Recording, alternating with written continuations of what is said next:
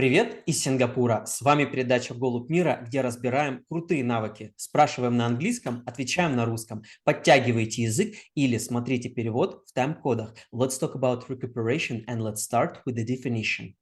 When person work hardly each day and tries to maintain family and maybe relatives, he or she needs some time for recuperation. Recuperation, this is восстановление сил. When you are going to bed, when you are going to eat, when you make some physical exercises and so on. Recuperation is very important because if you will be very tired, you will be looking as a tired, you will look by your eyes as a tired, you will walk as a tired, and everyone will understand you are tired. If you are tired, you are not, you will be not allowed to go to additional meetings, to fly to additional clients and so on. So you will close your way to opportunities. Everyone will wait until you will recover, but you will never, because your mood is also will be tired. So what are the fundamentals of the skill of not being tired physically and mentally?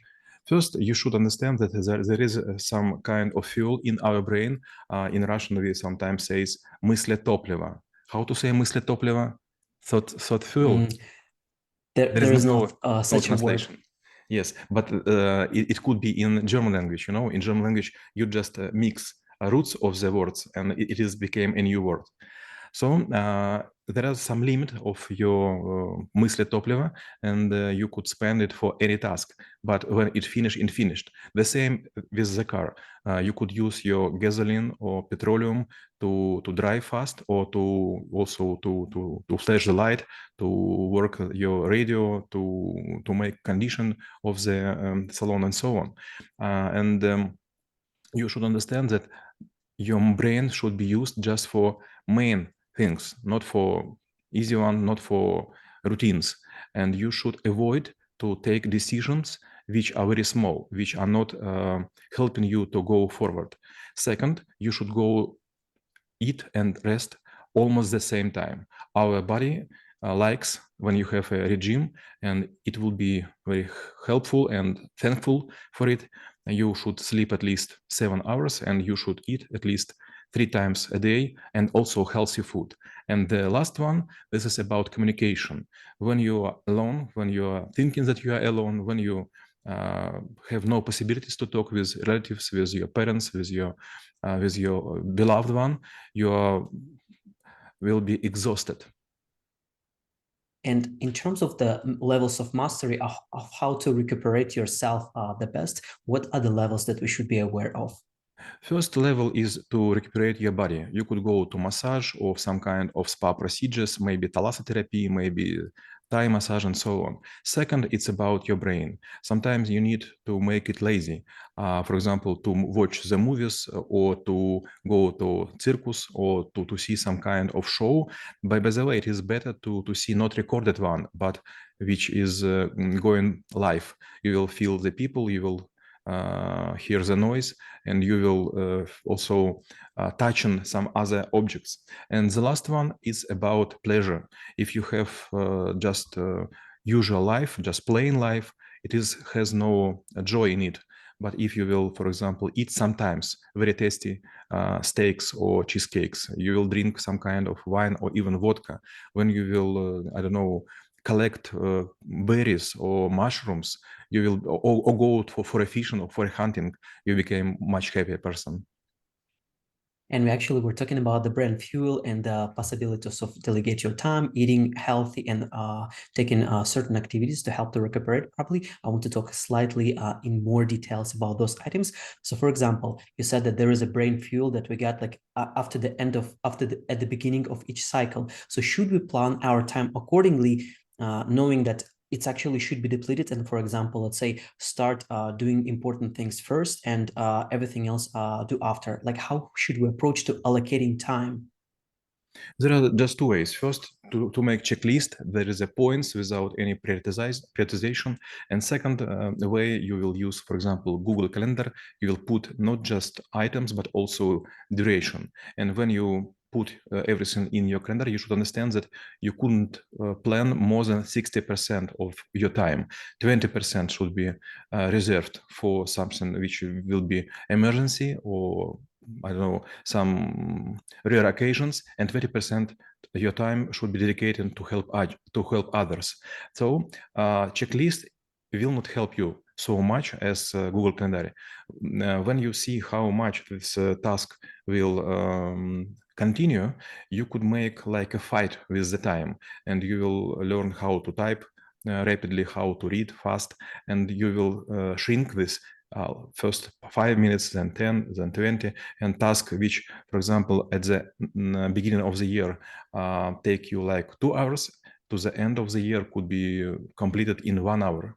And when you make your task, when you complete your job in a very fast mode, and you consume less period of time, you would be even happier, because that's a small kind of success. So when it comes to recuperation or taking more time to rest, you mentioned that there is also should be some sort of delegation of the things that actually soak the energy, time, power, resources, while they're actually meaningless. So how the one should approach to identifying all of those things and acting on it, executing it? You should know the price of your hour. For example, if you earn per hour $2 or $5, or in Russian rubles, or in Kazakhstan tenge, or Ukrainian hryvnias, then you could understand, is it possible to sell these jobs to anyone else? For example, you could have helper which will make some small jobs for you. Maybe he or she would go to the shop, maybe he or she would iron something. You could also buy a flat or apartment with a cleaning or without, and invite some person who will make it. Also about cooking. If you have cheap cafe, for example, in Vietnam, in Thailand, there is no need for person who will be cooked, because Thai and Vietnamese people never cook at home. It is hot, and they also don't have fridges. But when you live in some other countries, maybe it would be a good one. And also you could think about your assistants. If you have, for example, some people around you, it is okay, but more often you could use people from the small towns, or even abroad, for example, in India or in Moldova, or maybe in some other countries, and they will make a job for you. This kind of virtual assistants, they can make, for example, calendar for you. They could manage your phone calls. They could buy tickets and hotels. It's actually quite interesting that you mentioned helpers. Here in Singapore, it's quite common that you would have a helper coming to you, and it's even more common that helper would actually live with your family, and in some of the rooms, in some of the houses, they would have a dedicated room. And maybe a third interesting factor, the moment you cancel your visa, they will ask to cancel the visa of your helper as well, like if you get this person hired, because you also have care certain responsibility. You also mentioned the food for recuperation. So what should be the approach for selecting that food that could help you to recuperate, or maybe do some sort of like a stress relieving, if I may say that?